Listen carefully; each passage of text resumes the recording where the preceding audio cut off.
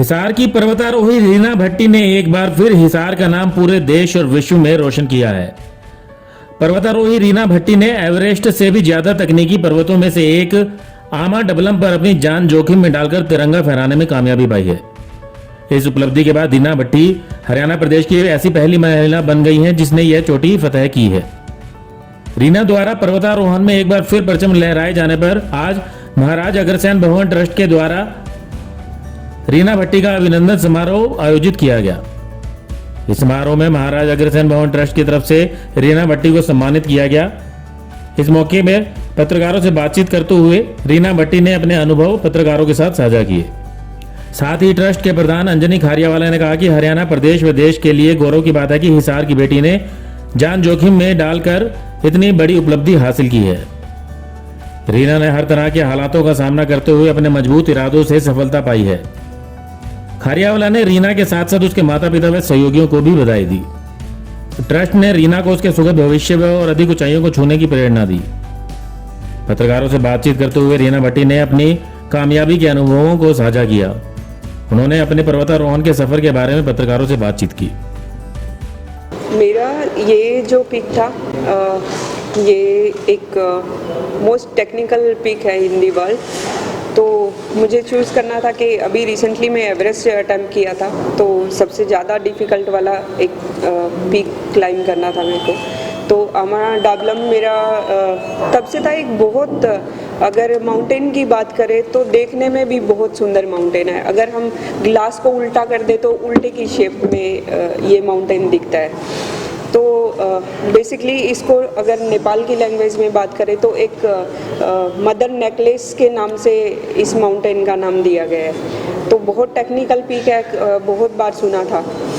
तो मैंने एवरेस्ट के बाद में 3 महीने की ट्रेनिंग स्टार्ट की और इस माउंटेन को चूज़ किया। 23 सितंबर से मेरी जर्नी शुरू हुई थी। पूरा 1 महीने का जर्नी था और इस जर्नी के दौरान में मैंने 3 पीक को क्लाइम किया है, जिसमें से एक काला पत्थर है, दूसरा आइलैंड पीक है, वो भी टेक्निकल पीक है, और थर्ड जो मोस्ट टेक्निकल पीक है वो आमा डबलम है। तो उससे पहले की अगर मैं जर्नी की बात करूं तो 2019 से मेरी ये माउंटेनिंग जर्नी शुरू हुई थी और इनके इस दौरान मैंने एक नेशनल और 2 स्टेट रिकॉर्ड अटैम्प्ट किए हैं, जिसमें से लास्ट ईयर मैंने अटैम्प्ट किया था mount Elbrus. Mount Elbrus east और वेस्ट दोनों पीक क्लाइम करने वाली विद इन 24 आवर्स में मैं भारत की पहली महिला थी। और उससे पहले मैंने जो पीक क्लाइम किया था वो लद्दाख में 6000 की 2 पीक क्लाइम की थी, माउंट कांग्यात्से और माउंट जोजांगो, जो सिर्फ 70 घंटे के अंदर क्लाइम की थी। तो उसमें भी मैं अगर महिला की बात करूं तो मैं भारतीय पहली महिला हूं और स्टेट की भी पहली महिला हूं। और अगर मेरी एक और टीम की बात करें तो 2 और, जिसमें से 2 और रिकॉर्ड बने थे, एक यंगेस्ट गर्ल का बना था और एक यंगेस्ट बॉयज़ का था, और वुमेन कैटेगरी में I am the India first. और इस अगर जर्नी की बात करी जाए तो ओबियसली एक टेक्निकल पीक थी, बहुत चैलेंज था मेरे लिए, क्योंकि एवरेस्ट के बाद में एवरेस्ट इंडिया की हाईएस्ट, वर्ल्ड की हाईएस्ट पीक है, जिसकी हाइट 8848 है, जो मतलब ऐसा दुनिया में कोई भी इंसान नहीं होगा जो एवरेस्ट के बारे में नहीं जानता। बट एवरेस्ट क्लाइम होने के बाद में ये था कि आगे की जर्नी को कैसे वो किया जाए। अगर मैं अपने बैकग्राउंड की बात करूं या अपनी जिस जगह से मैं आती हूं, ओबियसली हरियाणा स्टेट है, तो कहीं ना कहीं लड़का और लड़की का वो स्टार्टिंग से रहता ही है कि लड़कियां थोड़ा सा मतलब थोड़ा सा रहता है लड़का लड़की में, ओबियसली एक जेंडर भेदभाव तो हमेशा रहता है। तो लेकिन हम आज अगर स्पोर्ट्स की बात करें तो हरियाणा में 1 नंबर पे आता है। कितने सारे मेडल्स हैं जो हरियाणा ने मतलब अपने नाम किए हैं, तो क्यों ना माउंटेनिंग के अंदर भी ऐसा कुछ किया जाए, या फिर ऐसा एक एग्जाम्पल सेट किया जाए कि मेरे जैसी जो एक मैं मिडिल क्लास फैमिली से बिलोंग करती हूँ, तो मेरे जैसी कितनी ऐसी लड़कियाँ होंगी जिनका ड्रीम होगा कुछ अलग करना या फिर कुछ करके दिखाना, कि अपने आप को प्रूफ किया जाए उस चीज़ के लिए। तो उसी चीज़ को जर्नी कंटिन्यूसली करते हुए मैंने आमा डबलम को चूज़ किया। चैलेंजेस कितने हैं? चैलेंज बहुत सारे हैं। ओबियसली फर्स्ट जो आपका है वो फिज़िकल। अगर माउंटेन की बात करें तो खाली फिज़िकल ही एक चैलेंज नहीं है, 80% आपका मेंटली चैलेंज रहता है। उसके बाद फाइनेंशियली भी चैलेंज आता है। तो चैलेंज तो स्टार्टिंग से ये एक माउंटेनिंग एक एडवेंचर गेम है जहाँ पे आपको खुद से ही लड़ना है, खुद के साथ ही रहना है, क्योंकि आपको वहाँ पे कोई अप्रिशिएट करने नहीं आएगा, कोई दूसरा आपको ये नहीं बताने आएगा कि चलो कोई मोटिवेट करने के लिए। अगर हम दूसरे गेम की बात करें तो वहाँ पे आप बहुत सारे दर्शक होते हैं आपको चीयर्स करने वाले, लेकिन माउंटेनिंग एक ऐसा गेम है जहाँ पे आपको खुद को ही चीयर्स करना पड़ता है। तो मेन हेडल्स तो यही है कि सबसे बड़ी बात कि आप एक एटमॉस्फेयर आपका ऐसा नहीं है, उसके बाद आप वेदर से भी लड़ रहे हो, उसके बाद आपको हाइट गेन भी करना है, एल्टीट्यूड से भी लड़ना है, फिजिकल चैलेंज भी है, मेंटली भी है। तो इन सब को अपने अंदर संजो के उसके बाद क्लाइम करना और उसके बाद सबमिट करना, और जितनी भी जो भी आपने अपना लक्ष्य रखा है उस पे अपने देश का झंडा लहराना, तो ओबियसली मतलब बहुत गर्व की बात है। बट एक चैलेंज ये है कि अपने आप से लड़के उसको क्लाइम करना, ये सबसे बड़ी। तो रीना भाटी को स्ट्रेंथ कहाँ से मिलती? स्ट्रेंथ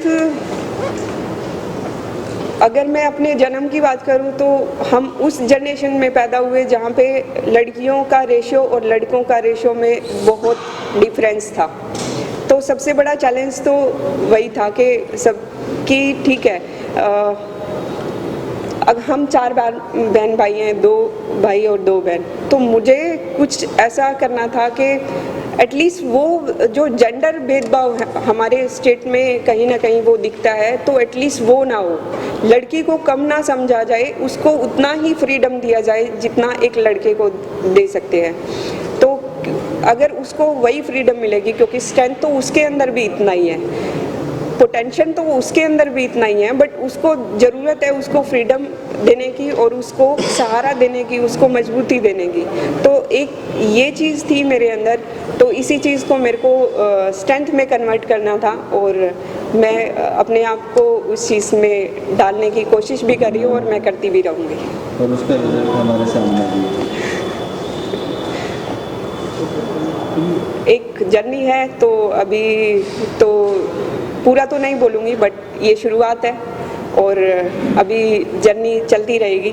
तो ऑब्वियसली इस चीज़ को प्रूफ करते भी रहेंगे और करते भी आए हैं। कभी लाइफ में कोई ऐसा पॉइंट आया जब आप पहाड़ों पे चढ़ रही हो और मतलब गिव अप करने का मतलब चांस बना हो, या मतलब इतने थक चुके हैं सिचुएशन या वेदर आपका साथ नहीं दे रहा और आपको लगता हो कि आप गिव अप करना चाहिए, फिर भी आपने मूव ऑन किया हो, तो कोई ऐसा इंसिडेंट हुआ? जब भी आपको सबमिट करना होता है, सबमिट एक प्रोसेस होता है माउंटेनिंग में कि 1 महीने का, जैसे एवरेस्ट की अगर बात करूं तो 70 दिन का पूरा एक्सपीडिशन होता है। तो उसमें लास्ट के 5 दिन के अंदर ही पूरे आपको बेस कैंप से लेके आपको सबमिट से वापस बेस कैंप पे आना है। तो वो एक जर्नी होती है जिसमें आप फुली एग्जॉस्ट हो चुके होते हो ऑलरेडी। तो जब सबमिट का टाइम होता है तो हम लोग रात को निकलते हैं, रात को 10 बजे भी निकल सकते हैं, वो डिपेंड करता है कि आपकी स्पीड पे, आपकी स्ट्रेंथ पे, आपका टीम वर्क कैसा है। तो रात को हम लोग निकलते हैं और सुबह हमें सबमिट करना होता है। हमें नहीं पता कि वो सबमिट 13 घंटे में होगा, 14 घंटे में होगा या फिर 16 घंटे में होगा। उन 16 घंटे के अंदर आप फुली एग्जॉस्ट हो चुके होते हो और उसके बीच में एक मोमेंट हर सबमिट पे ऐसा आता है, चाहे वो 6000 हो, चाहे वो 7000 हो या फिर 8000 की बात करें। तो चले वेदर आपके अपोजिट होगा, विंड स्पीड आप सेकंड के हिसाब से चेंज होती है कि विंड स्पीड कैसी होगी। अगर विंड स्पीड ज़्यादा होगी तो ओबियसली हवा के मतलब हवा भी इस तरीके से लगती है कि अगर फेस थोड़ा सा भी ओपन है तो वो थप्पड़ की तरह लगता है, वो बिल्कुल चीर के जाती है हवा। तो वो ओबियसली वो चैलेंज होता है। और -30 और -60 में अगर आप चल रहे हो और फुली एग्जॉस्ट हो चुके हैं, आपके पास खाने के लिए कुछ नहीं होता, 1 से 1.5 लीटर पानी आपके पास होता है, सिर्फ उसी में 16 घंटे या 14 घंटे आपको सर्वाइव करना होता है। तो ऐसा मोमेंट हर सबमिट पे आता है कि आप गिव अप कर दो।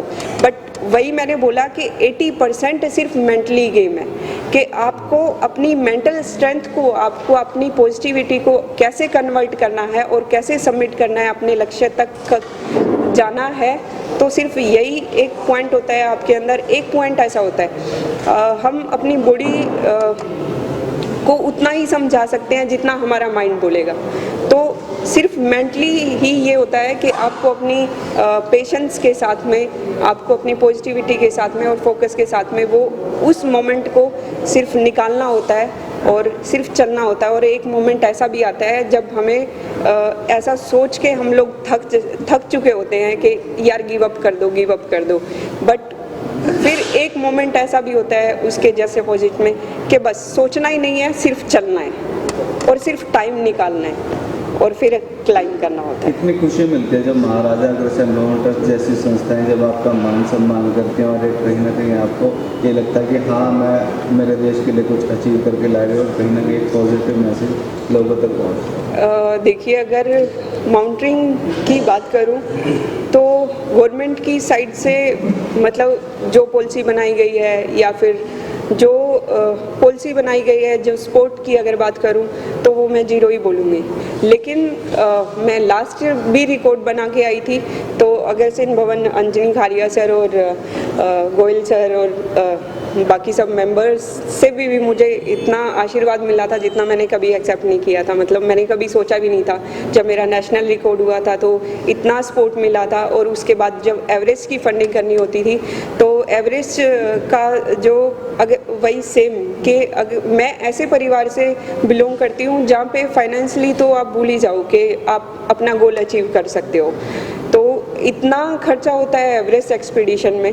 तो मैं ये बोलूँगी कि अग्रवाल समाज से जो मुझे प्यार मिला है ना, शायद उसकी बदौलत ही मैं आपके सामने बैठी हूँ और इतना कुछ अचीव कर रही हूँ, अदरवाइज़ तो शायद मैं नहीं कर पाती। सरकार कोई मदद नहीं करती? सरकार ने अभी तक मेरी तो कोई मदद की नहीं, क्योंकि जो पॉलिसी बनाई गई है उस क्राइटेरिया के हिसाब से अगर देखें तो एलिजिबल नहीं हूँ, और जो हम करते हैं उसमें सरकार ने कोई ऐसी पॉलिसी बनाई नहीं रखी है। तो मेरे को ऐसा लगता है कि सरकार को दोबारा पॉलिसी पे काम करने की ज़रूरत है, क्योंकि ज़रूरी नहीं है कि आपको जो पॉलिसी के अंडर में 8000 के माउंटेन को कवर किया गया है, जिसमें से 4 तो पाकिस्तान की पीक है जो कोई भी इंडियन क्लाइम नहीं कर सकता, और बाकी सब 8000 का अगर बात करूं तो उसमें भी 10 लाख रुपए का खर्चा होता है। तो एक पीक को क्लाइम करने के लिए 10 से 15 लाख रुपए का खर्चा है, और उसमें अगर गवर्नमेंट 5 लाख रुपए एप्रिसिएशन के उस पे दे रही है तो मेरे को नहीं लगता कहीं पे जस्टिफिकेशन है। और बाकी सब भी माउंटेन है, 7000 माउंटेन है, जैसे कि अभी मैं आमम डाबला करके आई हूँ, वर्ल्ड की सबसे टेक्निकल पीक में से हैं। अगर बात करूँ फीमेल क्लाइमर की, तो आमम डावला अभी तक फीमेल में इंडिया के अंदर सिर्फ 2 ही लड़कियों ने क्लाइम किया है, और मैं तीसरी लड़की हूँ जिसने आमम डावला को क्लाइम किया है। तो बहुत सारे ऐसे क्लाइमर हैं, एक्सपीरियंस क्लाइमर हैं जो सिर्फ आमम डाबला को अटेम्प्ट कर सकते हैं। तो उस कैटेगरी में आप मतलब कहाँ पे आप एक खिलाड़ी को करोगे, तो ऑब्वियसली बहुत सारी ज़रूरत है, क्योंकि जो भी पॉलिसी बनाई गई है वो मुझे तो नहीं लगता कि कहीं भी जस्टिफिकेशन है किस चीज़ के लिए। नौकरी सरकार देने की बात कर रही है? नौकरी में भी सी ग्रेड का सर्टिफिकेशन रखा गया है, बट उसमें भी कुछ क्राइटेरिया रखा गया है। अगर एक स्पोर्ट्स पर्सन, एक क्वेश्चन मार्क है मेरा कि एक स्पोर्ट्स पर्सन अपने गेम के लिए तैयारी करे या फिर किसी कंपटीशन एग्जामिनेशन की तैयारी करके उसको कवर करे और देन वो स्पोर्ट्स कोटे में जो नौकरी दी गई है उसको अचीव करे। तो वही है ना, बहुत बड़ा जोल है इस जो गवर्नमेंट की पॉलिसी बनाई गई है, और जिसने भी बनाई गई है, जो भी सलाहकार है, तो उसको एक बार सोचना चाहिए कि मेरे जैसे कितने सारे बच्चे हैं जो बहुत कुछ अचीव कर रहे हैं। ज़रूरी नहीं है कि सिर्फ वर्ल्ड वाइड 10 पीक ही वो कवर करे, और भी बहुत सारे टेक्निकल माउंटेन को अगर कवर कर रहे हैं तो गवर्नमेंट को ज़रूर अप्रिशिएशन करना चाहिए। ब्यूरो रिपोर्ट, नई ताज़ा न्यूज़, हिसार। लेटेस्ट वीडियोस के लिए सब्सक्राइब करें हमारा चैनल नई ताज़ा न्यूज़ और दबाएं बेल आइकॉन ताकि आप मिस ना करें कोई भी अपडेट।